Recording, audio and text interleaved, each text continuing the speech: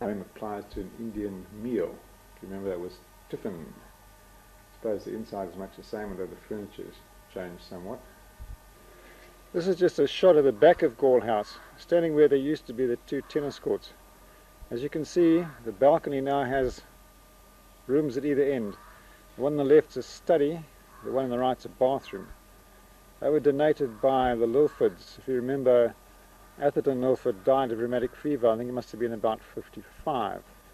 Down the other end is where the matron used to live, and of course that end is the housemaster's flat. The white is the back of the loos. Trees here, of course, all new. These are mulberry trees. There's a small fence behind there where Mrs. Plumtree has a veggie garden.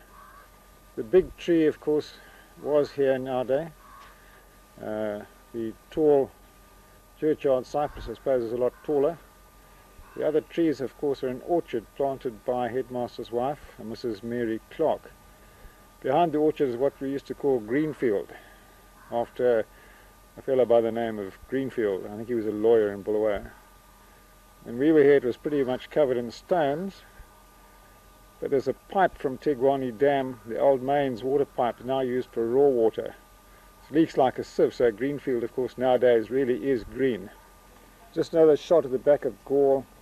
As you can see, everything is now sprouting TV masts. This main mast pointing more or less east to Bulawayo. We have our own transmission system where we receive on a dish and then we retransmit around the school, hence the smaller aerial. This is a shot of the dining room looking from Gall House. This road, which is now tarred, is of course where we used to stand waiting for breakfast back in the 50s. If you remember too, the seniors used to throw tennis balls at juniors as they raced from Gall House. Now looking at Gall House, there's a few hedges. The old marula tree is still there. The front has substantially changed its appearance because of these hedges. Here's a view of the matron's quarters. Again, the hedge which replaced a rubber hedge, quite an improvement actually. And round about here there used to be the flat crown tree, on top of which there used to be, if you remember, bricks and various people's bicycles. I don't know if you remember, there was a gate about the centre of the photograph. And Valentine came down here at one stage with his bicycle loaded and hit the gate, after which he took the front forks out and tried to straighten them in the fire. There is no longer a matron. At this end we have what I suppose one might term an assistant housemaster. Sitting over there are his two little children. You can see the assistant housemaster is one of the newer arrivals to the school, which has been integrated since about 1972, I think. Here's a view looking up the road behind the head's house towards Milner. Going slightly to the right, of course, you've got the access to the swimming pool. Further on to the right, of course, is what is now a set of studies. There used to be garages in our day. Here's the old pool. There are in fact two pools nowadays. Well, here's a view of the old pool. You can see that concrete has been placed around it, so there's no longer that step up. Don't know if you remember that Scarp Harris used to ref the water polo walking along that side that we're looking at now, and during one game he accidentally slipped in, much to everybody's delight. On the other side of the old pool is the new pool, which is quite a lot larger. Don't ask me why they didn't make one large pool. Now, as you can see, the diving boards have been removed. To the right is a filter house, and behind that is another larger filter house. These things have been in existence since, I should imagine, about 56, especially the smaller one. So the tank has recently collapsed. Managed to get the tank on the top, given to us by Zimbabwe mine. Unfortunately, what with the workmen out here in this country nowadays, a lot of the welds haven't been completed, so it leaks like a sieve. I'm in charge of this lot, trying to get it to go, preferably before next term when we go back to swimming and water polo. I take all the water polo for my sins, and no longer under 14, it's called under 15. Under 15 then, of course, now has gone to under 16, so we have an under 16 and an open side. You are fairly keen and fairly able. The old marula tree is still there. Looking across from the deep end of the old small pool. That's where there used to be a little tin shack in which old Moss used to keep his chemicals. I'm not quite sure how they filtered the pool nowadays, but I do remember it was always green. They still stay green nowadays because nothing works. I think a decent plastic 4-inch valves cost about $2,000 of our dollars. At present we're needing 5 of them. Whether we'll ever get them is another story. From the deep end of the small pool one looks down Headmaster's house over there, the old music hut, which I suppose has been thatched a few times, but it's still there. What were the music mistress's huts are now being turned into studies. I think forms 1 and 2 still have music lessons given by Mrs. Westwood. Mr. and Mrs. Westwood arrived here in '56, about 2 years after we left. Behind the prefect's common room we've got our dish, which you can see in the centre of the photograph, and then our 2 transmitting masts. We transmit on UHF and VHF, which is fairly useful when you're stuck out here in the bush. Prefect's common room, of course, is more or less hidden from view. Here's another reservoir, fairly new, I suppose, going on for 30 years old. The one which Coventry built is directly behind it, if you remember, behind the tuck shop. Here's the back of Lloyd, the white section being built on, if you can remember, in about '53.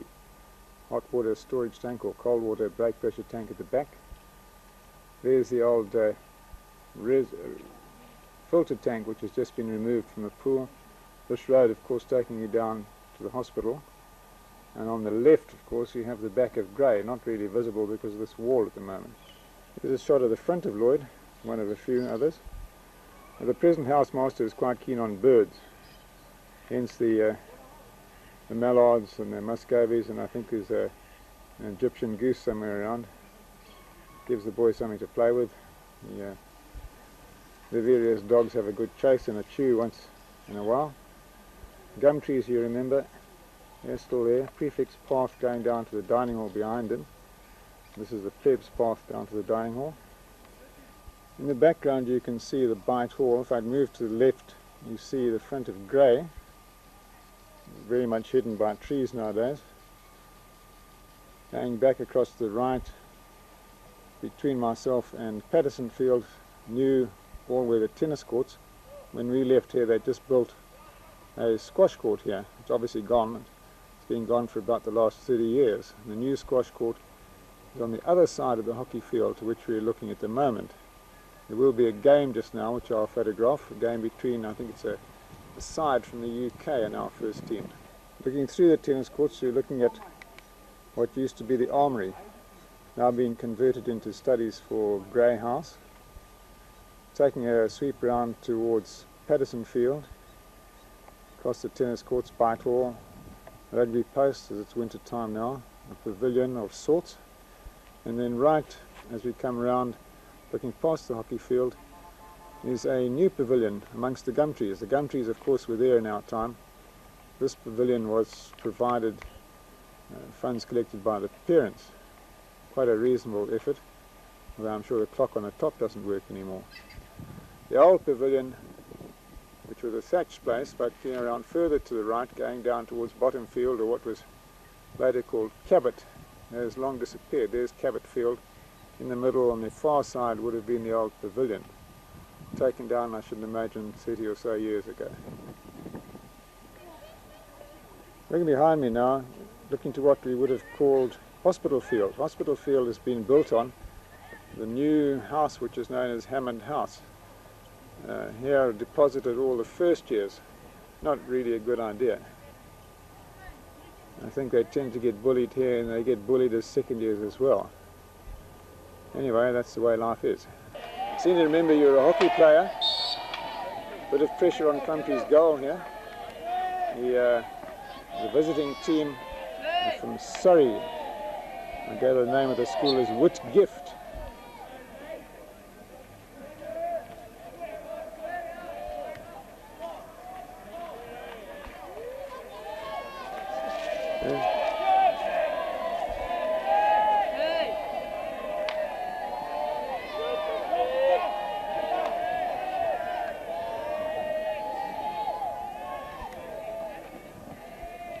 There's the opposing goal, not much pressure on it at the moment.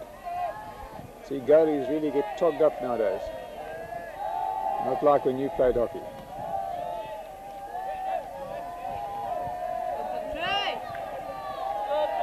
Field is much the same, still lots of dust, watered occasionally, rolled.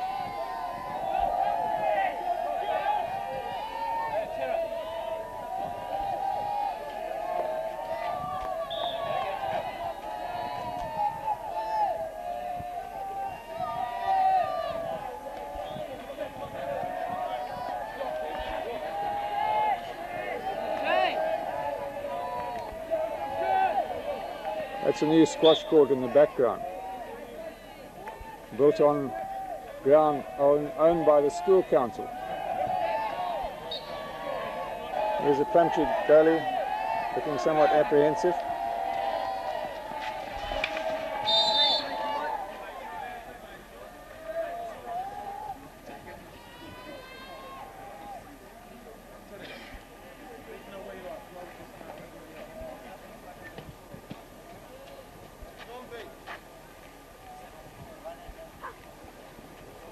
Come on, Plumtree! Plumtree!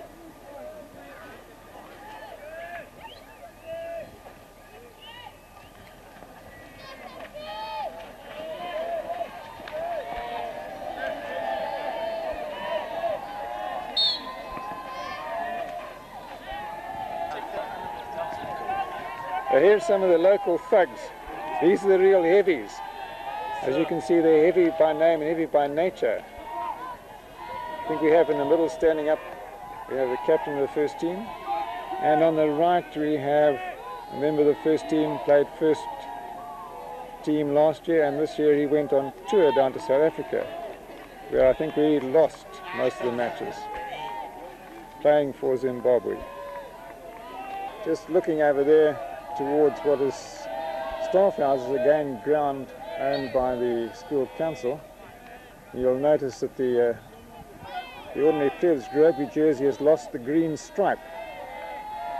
Couldn't be manufactured in this country any longer, so they opted for a plain red jersey.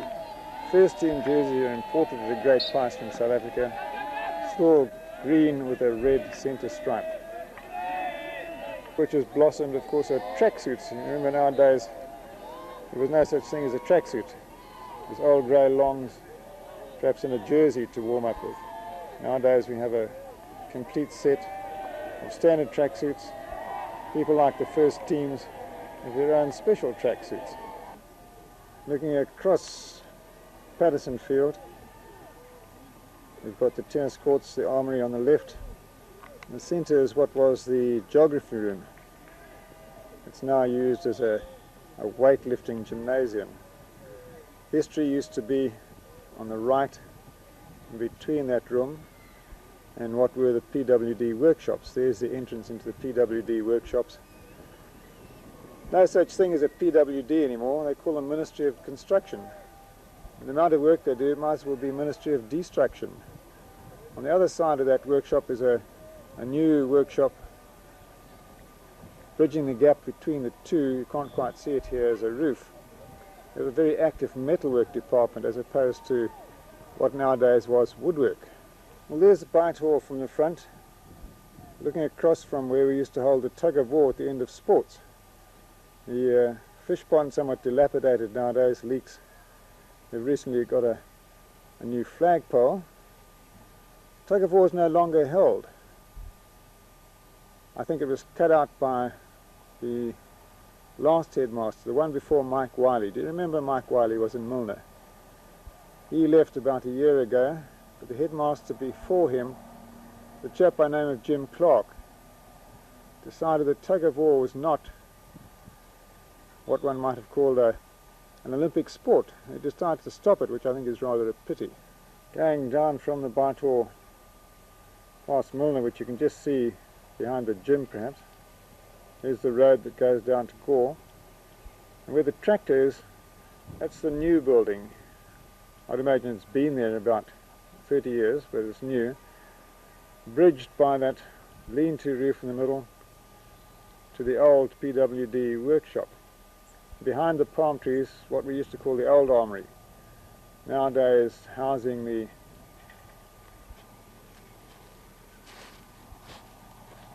there in the background is Milner, probably the most easily photographed house, got less in the way of trees.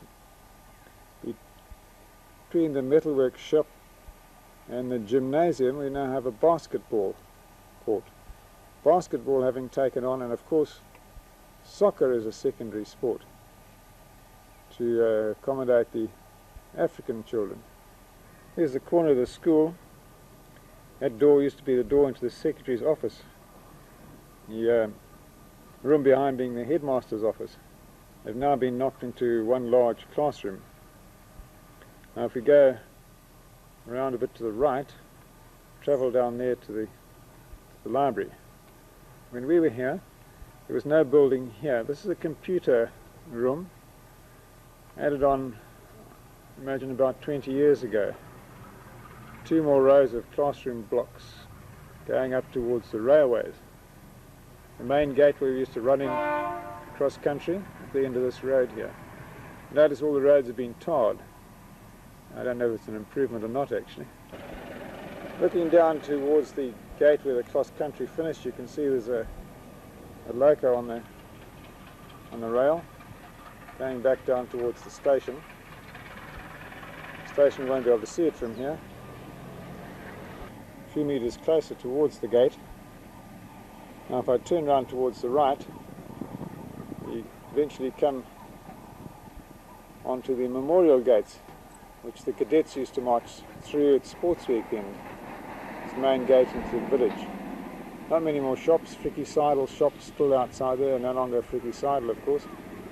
There's that old thatched house just next to the gate, still there, obviously occupied by blacks nowadays. Turning around further we get to the new